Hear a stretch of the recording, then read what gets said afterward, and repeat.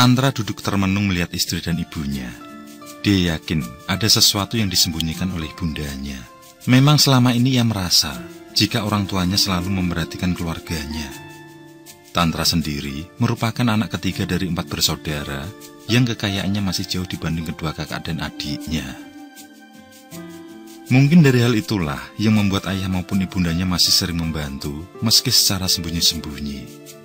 Dan semenjak ayahnya meninggal dunia, kini ibundanya masih terus memperhatikan keluarganya.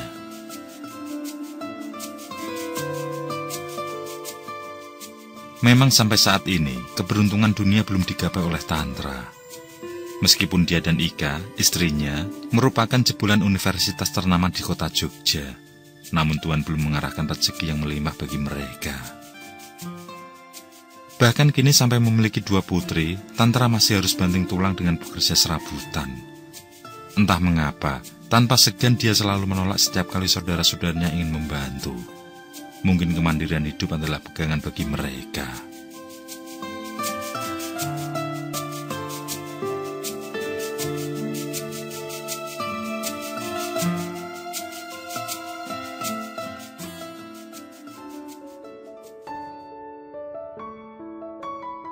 Tantra masih duduk terdiam ketika sang istri menyodorkan amplop tipis untuk sang ibu.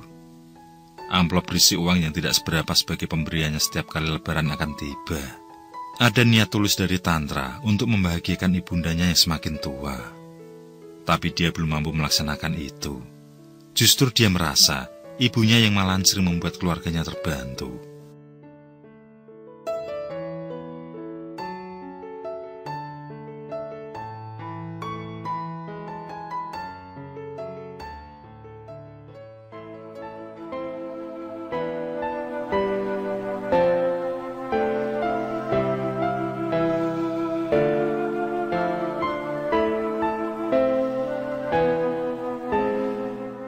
Tampak sang ibunda tersenyum tipis menerima amplop itu. Matanya berkaca-kaca, menahan sekurat kesedihan. Beliau tidak pernah menolak pemberian Tantra demi menjaga harga diri putranya.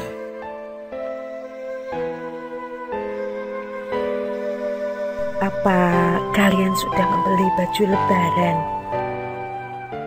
Tanya sang ibu mengalihkan suasana, agar perasaan pilu tidak menguasai dirinya. Ika melirik suaminya sebelum mengangguk perlahan. Dia juga mengucap syukur alhamdulillah, karena lebaran ini putrinya akan memakai baju muslimah kembaran. Kamu sama Tantra? Kembali mertuanya bertanya seolah tidak percaya. Beliau tahu persis jika selama ini Ika selalu menutupi kefakiran suaminya. Mereka memang sangat kekurangan, tapi punya harga diri untuk tidak meminta-minta pada orang tua maupun saudaranya. Mereka sangatlah sabar. Tenanglah Bu, kami masih punya baju yang layak kami pakai. Tantra menimpali saat istrinya kembali melirik. Sang ibu terdiam sejenak, lalu dengan suara gemetar beliau meminta maaf pada Ika.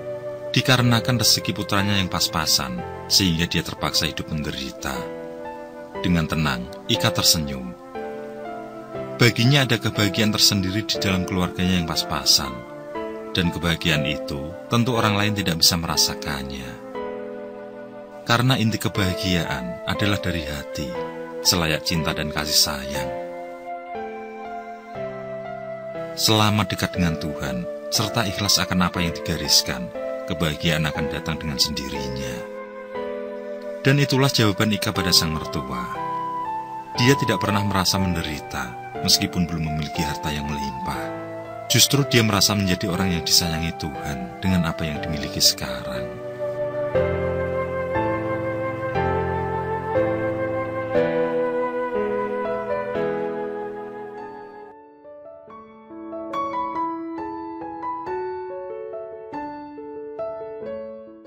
Beberapa saat kemudian, sang ibu mengajak Ika masuk ke dalam kamar, sementara Tantra beranjak keluar. Bercengkrama mengingat kenangan masa kecilnya di rumah yang masih sama, rumah peninggalan Eyang Putri, yang memang sengaja tidak direnovasi oleh orang tuanya, meskipun saudara-saudaranya bersikeras ingin rumah yang lebih mewah. Tantra tersenyum lebar ketika melintas banyak kenangan di masa-masa Ramadan hingga datangnya hari raya. Bagaimana dia bercengkrama dengan teman-teman di musola, termasuk pula dengan saudara dan orang tuanya. Dan yang paling indah adalah di saat dia berkeliling kampung untuk sungkeman dengan para tetangga. Sakunya bukan hanya penuh dengan jajanan, tapi juga penuh dengan uang. Sungguh, masa lalu yang tidak terlihat lagi di masa kini. Tradisi sungkeman hanya sebatas keluarga dan kerabat saja. Makanan pun sudah bertebaran, tidak seistimewa di masanya.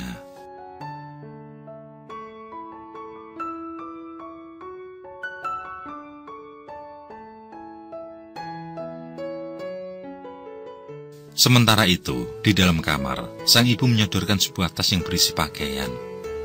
Ibunda memberitahu bahwa Lebaran tahun ini ada acara khusus, sehingga semua harus memakai seragam.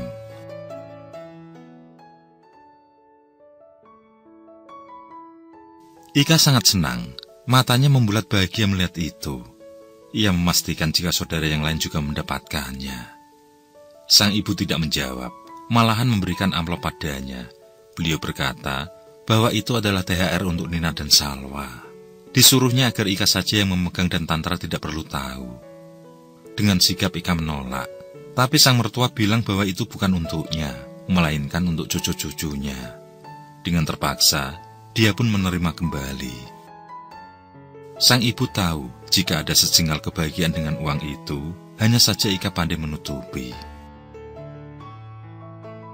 Memang sang ibu tahu jika Tantra benar-benar menjaga diri jika dikasihani olehnya, apalagi saudara-saudaranya. Sebab itulah beliau selalu memberi secara tertutup pada Ika.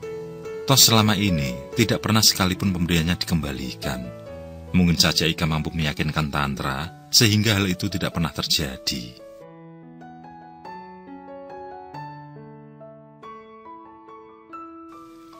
Di sisi lain, sang ibu berpikir, bagaimanapun mereka semua adalah anak-anaknya. Lahir dari rahim yang sama, minum susu dari sumber yang sama. Masing-masing telah memberikan kebahagiaan yang tidak tertandingi di masanya. Meski rezeki mereka saat dewasa tidak pernah sama, tapi tidak akan pernah ada yang dibedakan. Tidak ada yang bisa merubah pandangan itu, baik harta maupun tahta.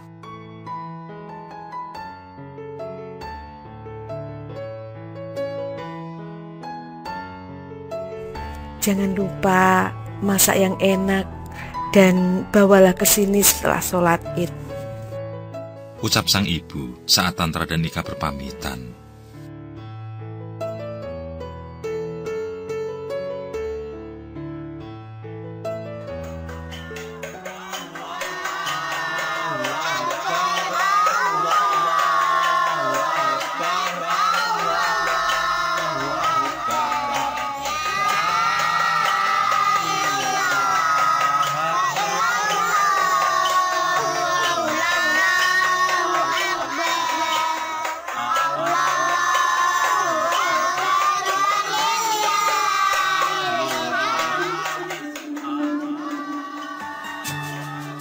Takbir berkumandang. Mendung yang pekat tersapu angin, sehingga langit secerah hati. Setelah sholat Id terlaksana, sang ibu duduk di teras menunggu kemunculan putra-putrinya, termasuk pula kerabat dan tetangga lain. Hingga pada akhirnya satu persatu anaknya mulai berdatangan.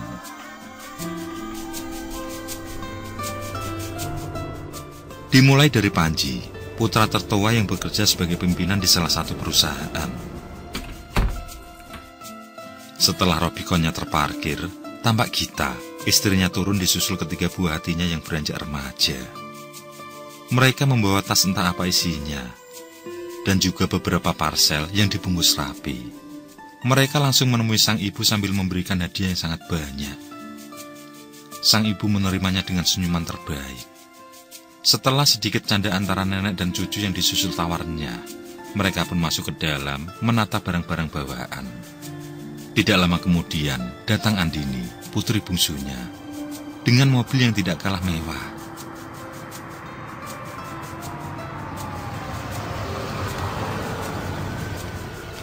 Sang putri merupakan pemilik sebuah restoran di kota besar. Bersamaan dengan itu pula, muncul Wangga, putra keduanya. 3 mobil mewah pun terparkir di pelataran yang luas. Mereka semua masuk ke rumah, yang mulai sangat riuh dengan suara anak-anak saling berkejaran.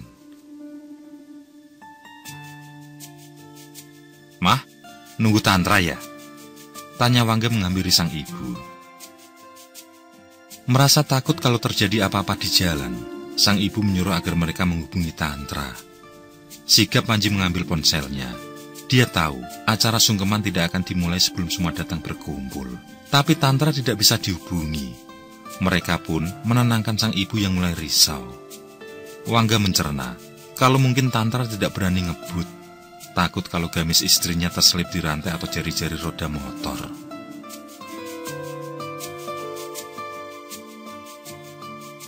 Wangga nyeletuk sambil bersungut kalau adiknya itu terlalu keras kepala.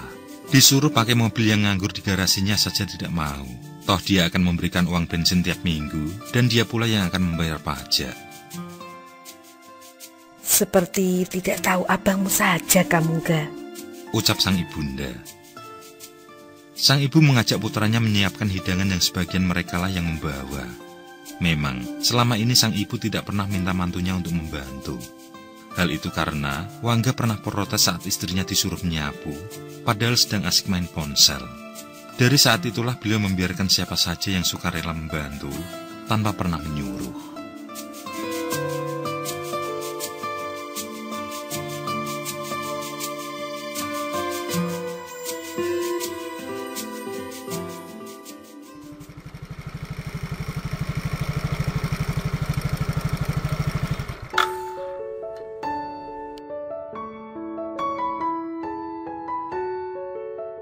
Saat kesibukan tinggal separuh, terdengar motor jadul mendarat memasuki garasi rumah yang langsung menuju pintu dapur.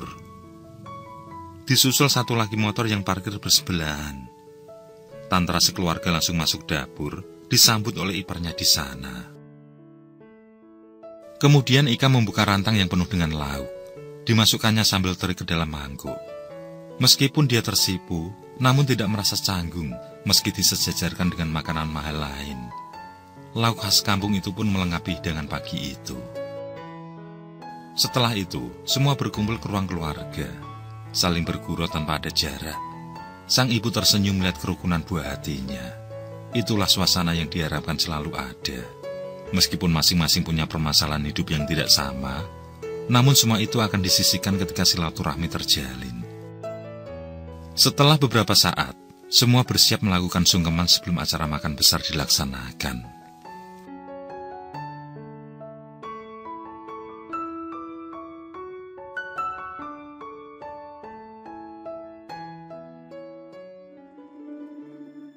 Menjelang asar, satu persatu mobil mewah yang terparkir mulai pulang. Mereka akan sungkem ke rumah mertua, mungkin juga dilanjutkan dengan berjalan-jalan. Sedangkan Tantar sekeluarga masih tenang di rumah masa kecilnya. Di saat anak dan istrinya beristirahat, dia masih bercengkrama dengan sang ibu. Sebenarnya ada rasa kecewa, karena sang ibu telah berbohong pada Ika. Nyatanya, tidak ada yang memakai seragam di lebaran kali ini. Dan tidak ada acara khusus apapun. Tapi di hari yang indah ini, Tantra tidak akan membahas hal itu. Karena dia yakin ada perdebatan yang masih terjadi.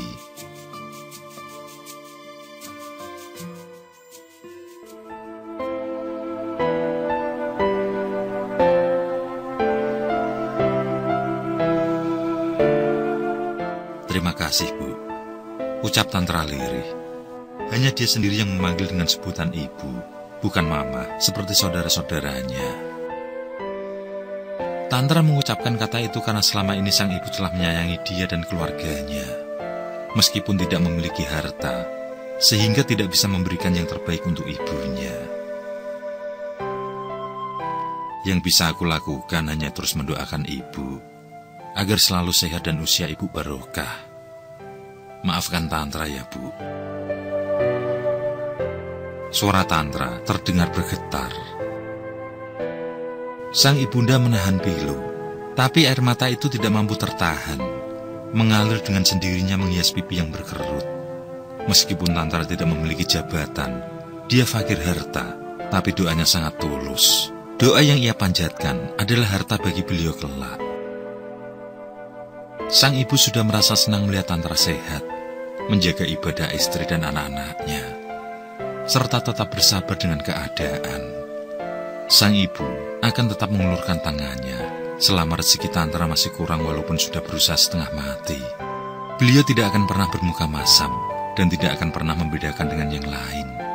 Karena bisa saja doa Tantra baginya adalah doa yang terkabul untuk menyelamatkan baik di dunia maupun di alam setelahnya.